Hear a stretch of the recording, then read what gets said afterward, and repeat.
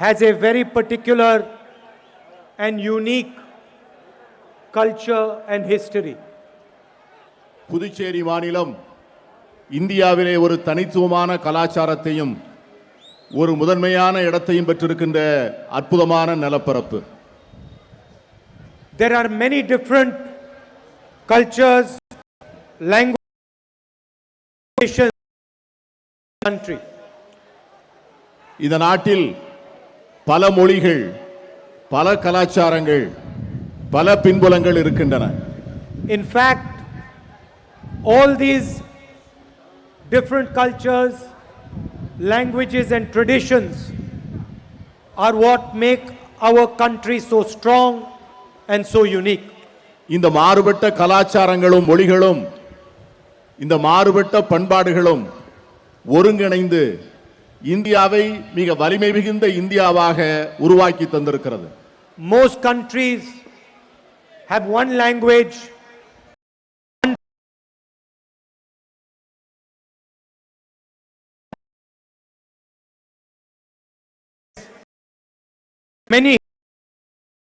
many traditions. உலகின் பல நாடுகளில் ஒரே மொழி, ஒரே கலாச்சாரம் இருந்து வருகின்ற சூழ்நிலையிலே இந்தியாவிலே மட்டும்தான் பல்வேறு மொழிகள், பல்வேறு கலாச்சாரங்கள், பல்வேறு பின்னணிகள், வரலாறுகள் உள்ள ஒரு தேசமாக நம் தேசம் நிமிர்ந்து நின்றது. And when you ask a foreigner what is India's strength, they will tell you your many languages, your many traditions, your many histories, and most important, the fact that all these different languages, traditions, ideas, they live peacefully, harmoniously and affectionately. வெளிநாட்டிலிருந்து வருகின்ற யாரிடமாவது இந்தியாவினுடைய வலிமை எங்கே இருக்கிறது என்று கேட்டால் அவர்கள் உடனே சொல்வார்கள், உங்கள் நாட்டிலே இருக்கின்ற பல கலாச்சாரங்கள், பல மொழிகள், பல வரலாறுகள், பல பண்பாடுகள் இருந்த போதிலும் கூட அத்தனை கலாச்சாரங்களும், அத்தனை பண்பாடுகளும், அத்தனை மதங்களும் ஒரே குரலாக, ஒரே ஆன்மாவாக எழுந்து நிற்பதுதான் இந்தியாவினுடைய வலிமை என்று அவர்கள் சொல்வார்கள். And to us in the Congress, it does not matter how many people speak a language. It does not matter how many people share a tradition. It does not matter how many people share a history. Congress கட்சியை பொறுத்தவரை ஒரு மொழியை எவ்வளவு பேர் பேசுகிறார்கள் என்பதை பற்றி யோசிப்பதில்லை. ஒரு மதத்தில் எத்தனை பேர் இருக்கிறார்கள், ஒரு பண்பாட்டில் எத்தனை பேர் வாழ்கிறார்கள், ஒரு கலாச்சாரத்தில் எத்தனை பேர் இருக்கிறார்கள் என்று காங்கிரஸ் கட்சி அவர்கள் எண்ணிக்கைகளை எண்ணி பார்ப்பதில்லை. So Puducherry might be small, but it is as important as the biggest state in the country.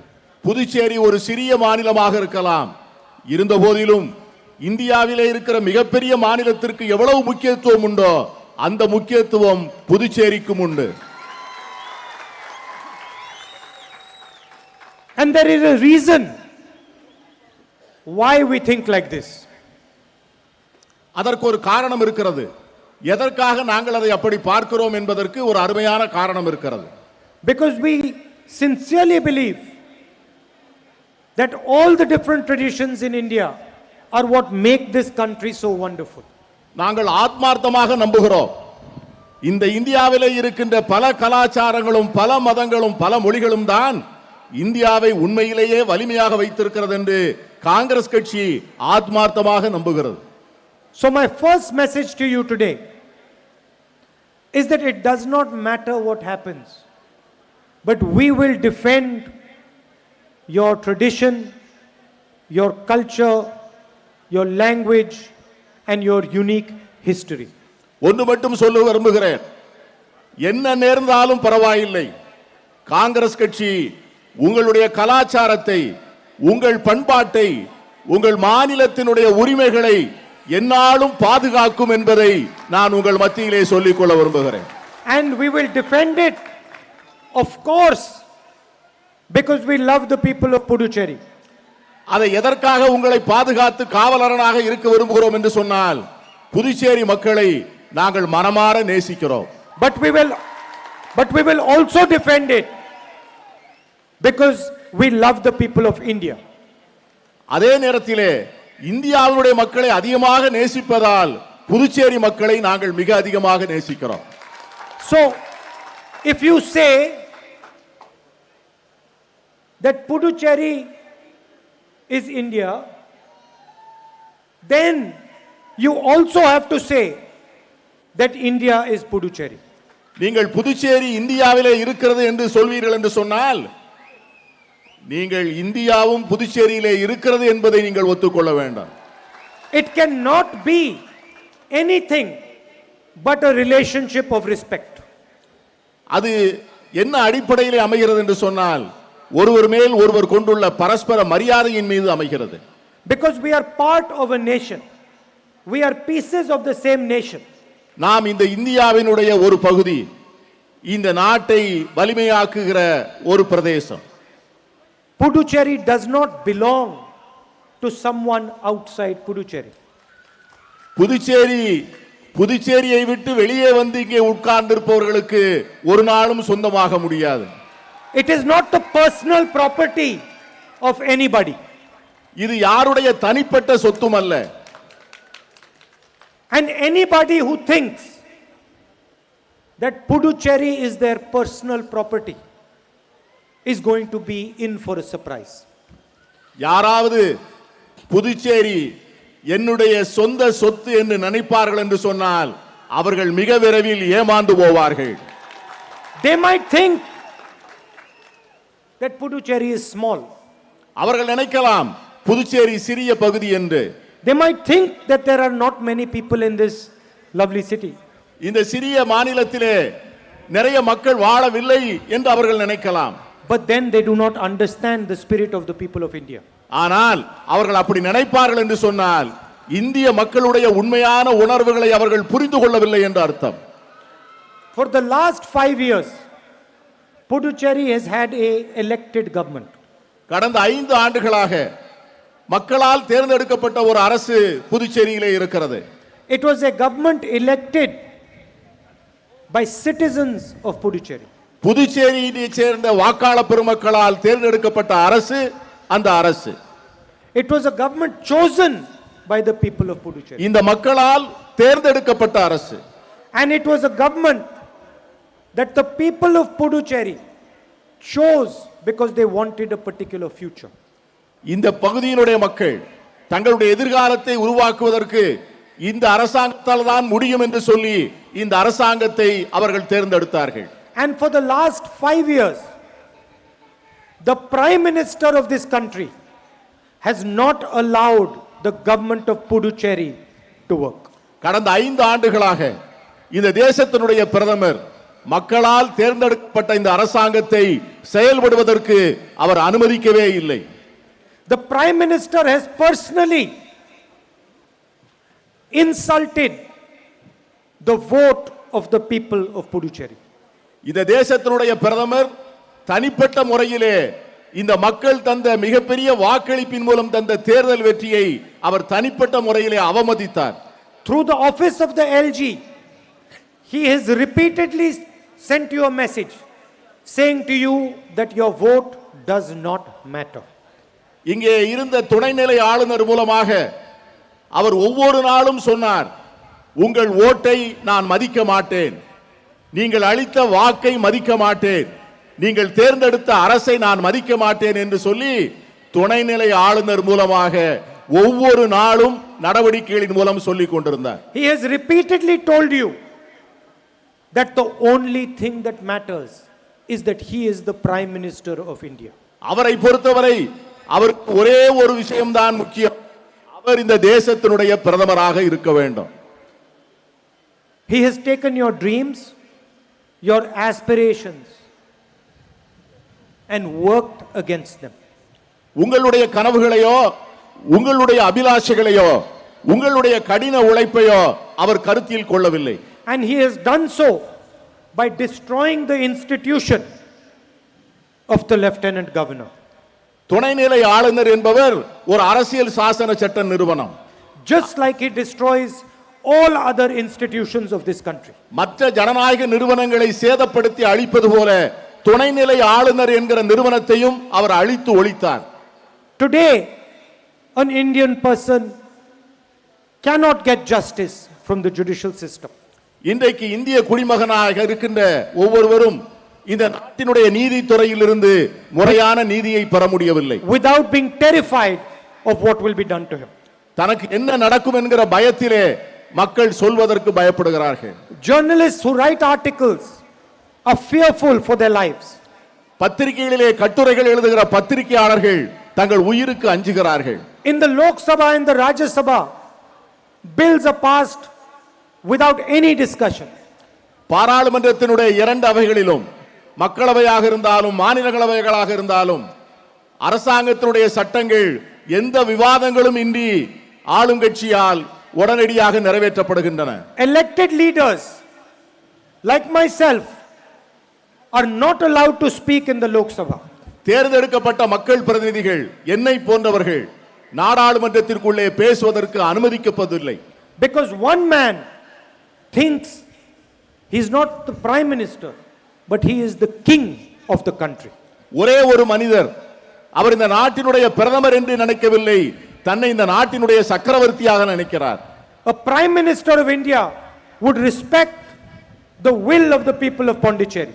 இந்த நாட்டினுடைய பிரதமர் இந்த புதுச்சேரி மாநிலத்து மக்களுடைய தீர்ப்பை மதிக்க வேண்டும். He would give Puducherry the resources that are rightfully theirs.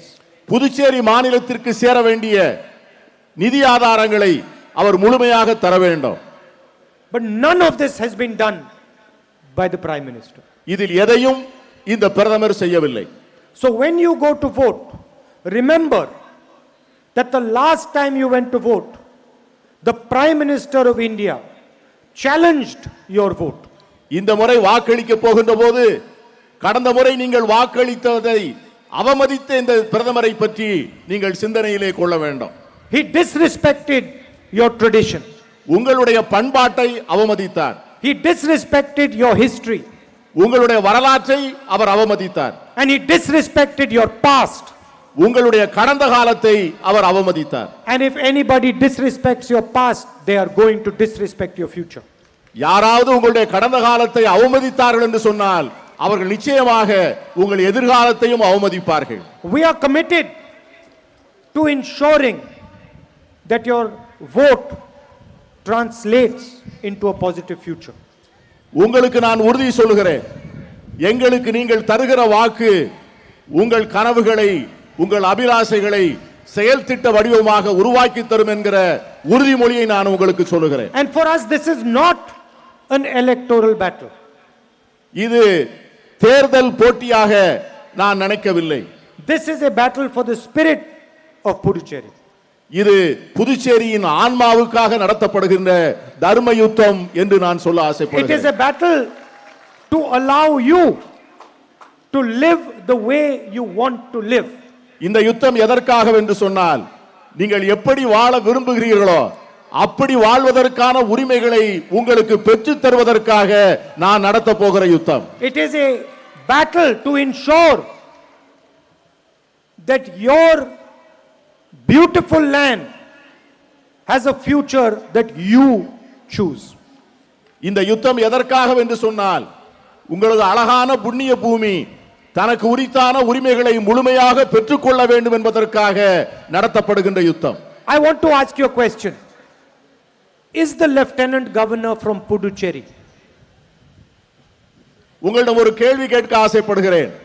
இந்த மாநிலத்தினுடைய துணைநிலை ஆளுநராக இருந்தவர் Did she grow up in Puducherry? Was she born in Puducherry?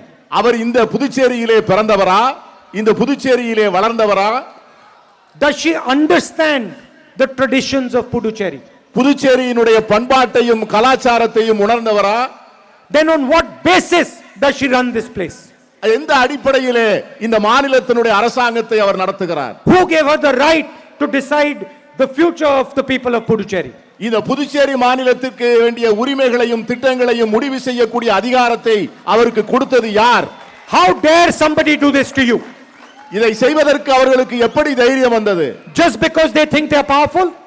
அவர்கள் டெல்லியிலே அதிகாரம் வைத்திருக்கிறார்கள் என்பதால், Just because they think they control the Indian government? அவர்கள் இங்கே இருக்கிற அரசாங்கத்தை தங்கள் ஆளுகைக்குள்ளே வைத்திருக்கிறார்கள் என்பதால், Just because they think they control the CBI? தங்களிடம் சிபிஐ இருக்கிறது என்கிற எண்ணத்தால், Just because they control the ED? அவர்களிடம் இருக்கிற வருவாய் புலனாய்வுத்துறை தங்கள் கையிலே இருக்கிறது என்பதாலா? We are never ever going to allow it. ஒரு நாளும் ஒரு நிமிடம் கூட நாங்கள் அதை அனுமதிக்க மாட்டோம். And it will be an insult. It will be an insult to Puducherry if they come back. அவர்கள் மீண்டும் வந்தால் அது உங்களுக்கு மிகப்பெரிய அவமானம், உங்களுக்கு மிகப்பெரிய அவமதிப்பு. That is the truth. அதுதான் உண்மை. Now I want to tell you a little bit about what this same force is doing to the country. இவர்கள் இந்த நாட்டிற்கு என்ன செய்கிறார்கள் என்பதையும் நான் உங்களுக்கு சொல்ல வேண்டாம். Exactly what they are doing to Puducherry, they are doing to the rest of the country. புதுச்சேரிக்கு அவர்கள் என்ன அநீதி செய்கிறார்களோ அந்த அநீதியை இந்தியா முழுமைக்கும் செய்கிறார்கள். In Tamil Nadu, they go and say you cannot speak Tamil. தமிழகத்திலே போய் நீங்கள் தமிழ் பேசக்கூடாது என்று சொல்லுகிறார்கள். In Bengal, they say Bengali is no good. வங்காளத்திற்கு போய் வங்க மொழியை பேசக்கூடாது என்று சொல்லுகிறார்கள். In Punjab, they say you are all terrorists. Punjab மாநிலத்திற்கு போய் அங்க இருக்கின்ற பஞ்சாபியர்களை பார்த்து நீங்கள் எல்லோரும் தீவிரவாதிகள் என்று சொல்லுகிறார்கள்.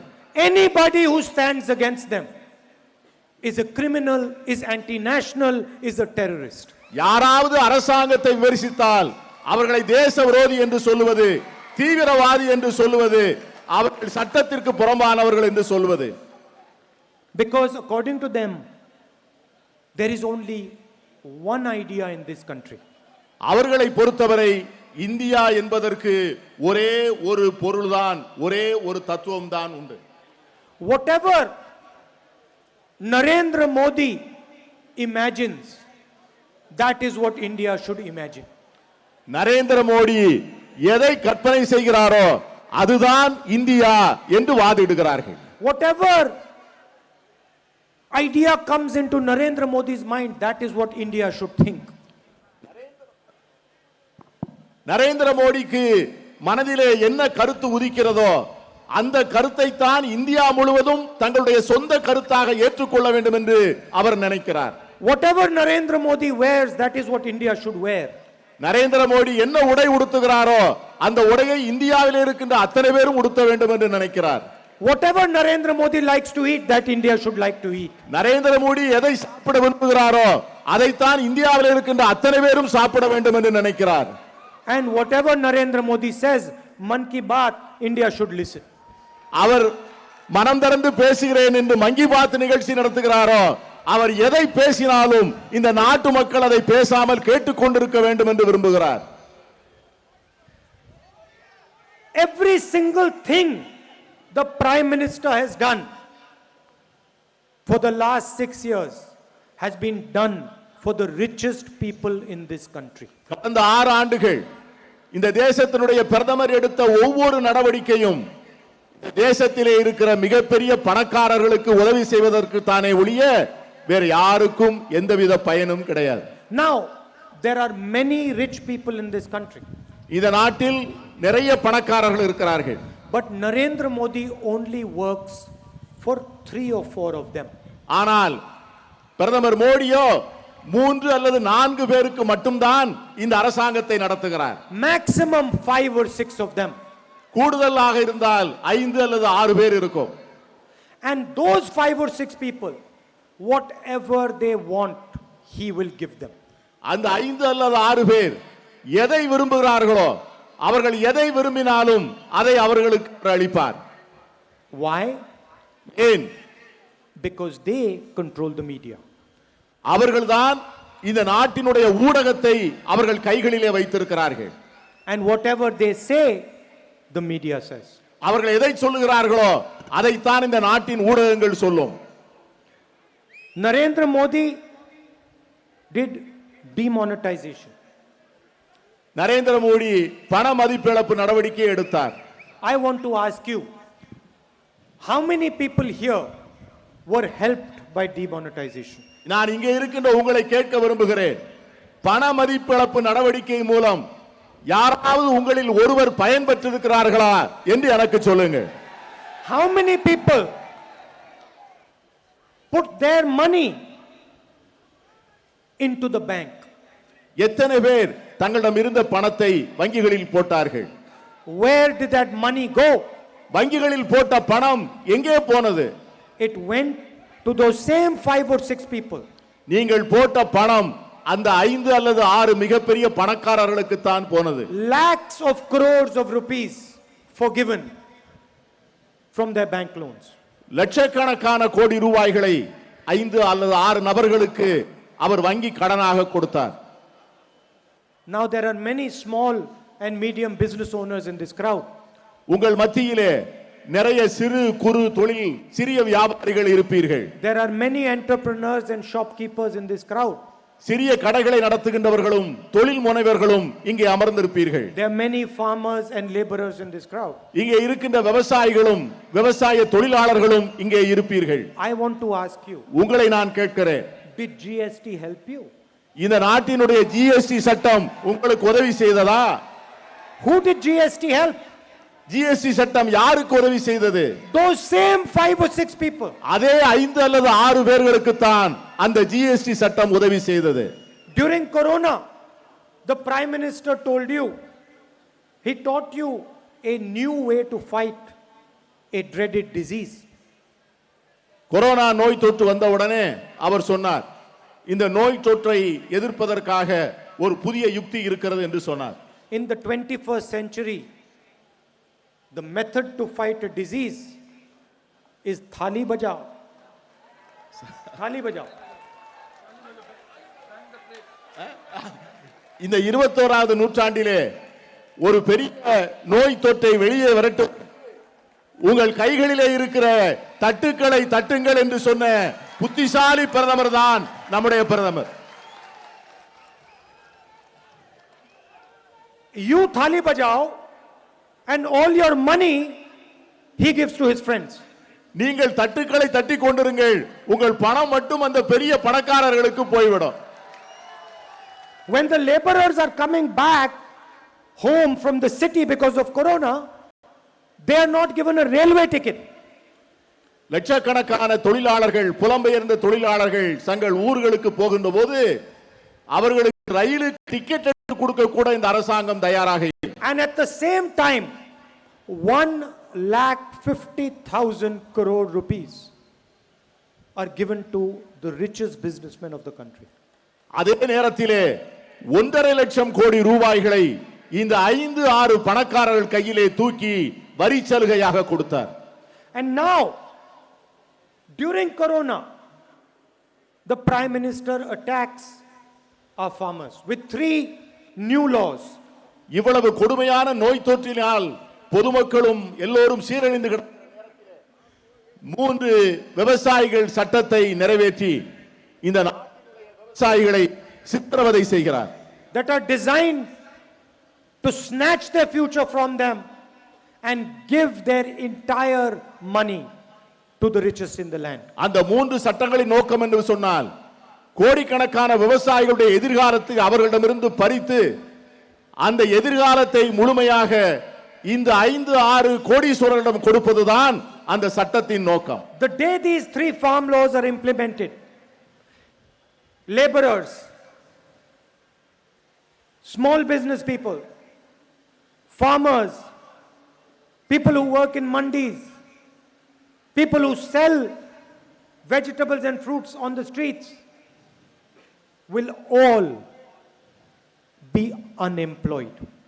அந்த சட்டம் அமுல்படுத்த அன்று சிறிய விவசாயிகள், காய்கறிகளை தெருவிலே விற்பவர்கள், சிறிய கடை வைத்திருப்பவர்கள், விவசாய தொழிலாளர்கள் எல்லோரும் தெருவுக்கு வருவதை தவிர வேறு வழி இல்லை. And a few people will benefit from India's agriculture. சில விரல் விட்டு எண்ணக்கூடிய சிலர் இந்திய விவசாயத்தை தங்கள் ஏகபோக உரிமையாக்கிக் கொள்வார்கள். The middle class will have to pay much higher rates for fruits and vegetables. இந்த நாட்டினுடைய நடுத்தட்டு மக்கள் அவர்கள் வாங்குகிற உணவுக்கும் உணவு பொருட்களுக்கும் மிக அதிகமான விலை கொடுக்க வேண்டியது இருக்கும். And at the same time, farmers will get much less money for their produce. ஆனால் அதே நேரத்திலே விவசாயிகளுடைய விளைபொருட்களுக்கு அவர்களுக்கு உரிய விலை கிடைக்காது. This is not a future we want. இதுதான் நடக்க போகிற எதிர்காலம். And my message to you, the most important message, is that your vote should determine your future and it should be decided by you. உங்களுக்கு நான் சொல்லுகிற மிக முக்கியமான செய்தி என்னவென்று சொன்னால், உங்களது வாக்கு உங்களது எதிர்காலத்தை முடிவு செய்ய வேண்டும். Some lieutenant governor from somewhere else in the country should not have the right future. இந்த நாட்டின் எங்கேயாவது ஒரு மூலையிலிருந்து வருகிற ஒரு துணைநிலை ஆளுநர் புதுச்சேரி மாநிலத்திலே வாழ்கிற உங்களுடைய எதிர்காலத்தை முடிவு செய்ய முடியாது. The future of Puducherry should be decided by a leader chosen by the people of Puducherry. Puducherry மாநிலத்தினுடைய எதிர்காலத்தை புதுச்சேரியிலே வாழ்கின்ற மக்கள், புதுச்சேரி மண்ணின் மைந்தர்கள் தான் அவங்க எதிர்காலத்தை முடிவு செய்ய வேண்டும். And the government of India should stop trying to create a bad future for this wonderful place. Puducherry மக்களுடைய எதிர்காலத்தை கெடுக்கின்ற முயற்சிகளை மத்திய அரசு கைவிட வேண்டும். I would like to thank all of you for coming here and listening to me this evening. உங்கள் எல்லோருக்கும் இங்கே பெருந்திரளாக வந்து என்னுடைய பேச்சை கேட்ட உங்களுக்கு அனைவருக்கும் என்னுடைய நெஞ்சார்ந்த நன்றியினை தெரிவித்துக் கொள்கிறேன். It is an honor for me to come here and speak to you. இங்கே வந்து உங்களிடம் பேசியது எனக்கு கிடைத்த மிகப்பெரிய பெருமை. And it is an even bigger honor for me to defend your culture, your history, your language, your tradition. உங்களுடைய கலாச்சாரத்தை, உங்களுடைய வரலாற்றை, உங்கள் பண்பாட்டை அதை பாதுகாக்க போராடுவது எனக்கு வாழ்க்கையிலே கிடைத்த மிகப்பெரிய பெருமை. And when we come to power in Delhi, நாங்கள் எப்பொழுது இந்தியாவிலே ஆட்சிக்கு வருகிறோமோ, I am going to guarantee you நான் உங்களுக்கு ஒரு உறுதி சொல்ல விரும்புகிறேன், that we make sure that no one can ever decide Puducherry's future other than a person who comes from here. Puducherry மாநில மக்களுடைய எதிர்காலத்தை யாரும் களவு செய்ய நாங்கள் ஆட்சிக்கு இருக்கின்ற போது அனுமதிக்க மாட்டோம். No lieutenant governor is going to decide your future. ஒரு துணைநிலை ஆளுநர் உங்கள் எதிர்காலத்தை முடிவு செய்ய முடியாது. Thank you. Nandri. நன்றி.